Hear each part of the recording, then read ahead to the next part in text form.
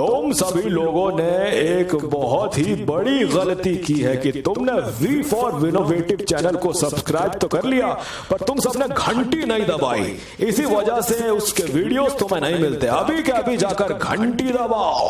इस समय पूरी दुनिया में सिर्फ एक ही बात का जिक्र है, और वो जिक्र इस बात का है कि आखिर कोरोना की वैक्सीन कब तक आएगी। आपको बता दें कि इस समय पूरी दुनिया में 120 मेडिकल टीम दुनिया भर के अलग अलग हिस्सों में रिसर्च में जुटी हुई हैं कि जल्दी से जल्दी वैक्सीन को लाया जाए, लेकिन अभी तक उनको कोई भी कामयाबी नहीं मिली है। लेकिन हम आपको बता दें कि हैदराबाद की एक कंपनी है जिसका नाम है भारत बायोटेक।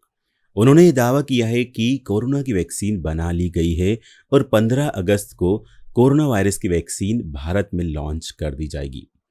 कई बार कई सारे लोग इस पर बड़ा सवाल उठा रहे हैं कि वैक्सीन को तैयार करने के लिए काफ़ी समय की ज़रूरत होती, काफ़ी सारी प्रोसेस से गुजरना होता है।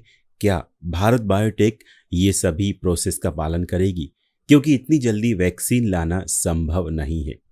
हालांकि कई बार वो ऐसा बोलते हैं कि 15 अगस्त तक वैक्सीन आ जाएगी, लेकिन अगर हेल्थ एक्सपर्ट की बात करें तो ऐसा पॉसिबल ही नहीं है। अगर आपने बहुत जल्दी से जल्दी वैक्सीन डेवलप कर भी ली, सारे क्लिनिकल ट्रायल्स कर भी लिए, तो भी इस साल के अंत तक ही वैक्सीन आपको मिलेगी। उसके पहले वैक्सीन मिलना बहुत मुश्किल है। हम आपको बता दें कि कोरोना जिस तरीके से फैल रही है, उससे ये लगता है कि दुनिया की आबादी का एक बहुत बड़ा हिस्सा कोरोना वायरस की चपेट में आना जा रहा है। दिन ब दिन मरीज बहुत तेजी से बढ़ते ही जा रहे हैं। ऐसे में वैक्सीन ही सबके लिए एक आशा की किरण है। अगर आपके दिमाग में ये बात उठ रही होगी कि वैक्सीन आने के बाद एकदम से महामारी एक झटके में खत्म हो जाएगी, ऐसा बिल्कुल भी नहीं है। एकदम से ये बीमारी पूरी तरह से खत्म नहीं होगी।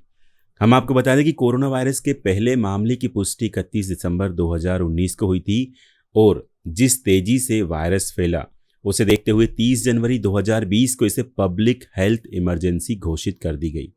शुरुआत में इस वायरस के बारे में बहुत ज़्यादा जानकारी नहीं थी और इसलिए इसका इलाज भी बहुत तेज़ी से नहीं मिल पाया। लेकिन उसके बाद दुनिया के तमाम बड़े बड़े रिसर्चर्स थे, वो सभी उस वैक्सीन को बनाने में जुट गए और इस समय 120 जगहों पर कोरोना की वैक्सीन बनाने के प्रयास किए जा रहे हैं। अगर बात करें ब्रिटेन की, तो ब्रिटेन में कोरोना वैक्सीन का इंसानों पर परीक्षण करने की तैयारी शुरू हो गई है। लंदन के इंपीरियल कॉलेज में 300 लोगों पर यह ट्रायल किया जाएगा।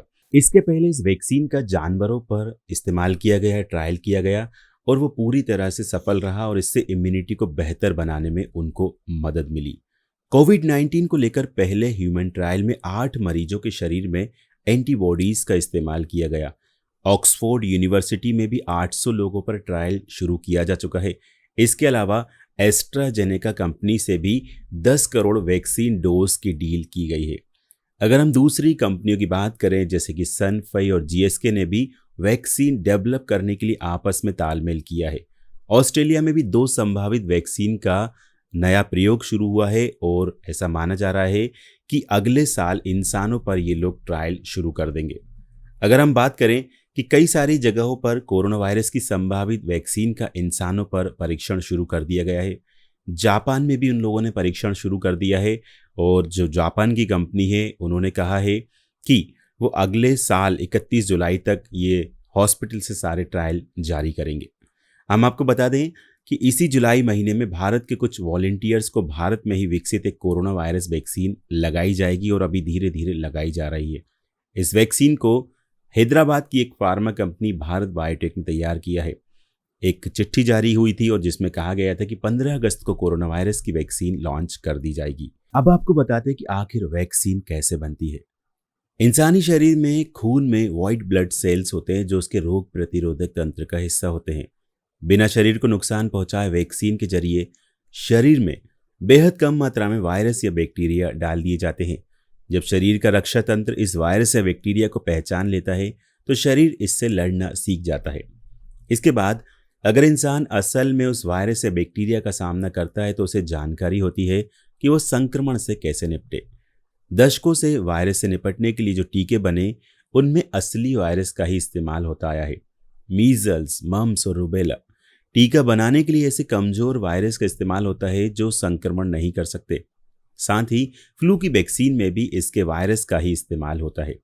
लेकिन कोरोना वायरस के मामले में फिलहाल जो नया वैक्सीन बनाया जा रहा है उसके लिए नए तरीकों का इस्तेमाल हो रहा है और जिनका अभी कम ही परीक्षण हो चुका है। आपको बता दें कि सभी दवाओं के दुष्प्रभाव भी होते हैं।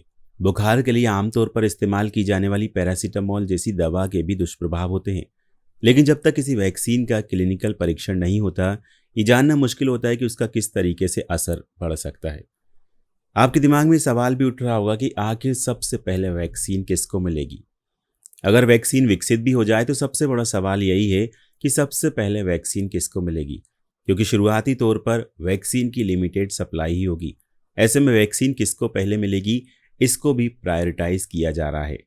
कोविड-19 का इलाज करने वाले स्वास्थ्य कर्मी इस सूची में टॉप पर हैं।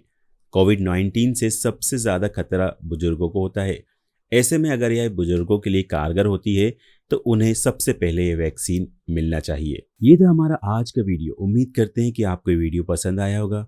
वीडियो अच्छा लगा हो तो वी फॉर विनोवेटिव को सब्सक्राइब करें और बेल आइकन जरूर दबाएं। इस वीडियो को लोगों के साथ फेसबुक और व्हाट्सएप पर जरूर शेयर करें। शुक्रिया।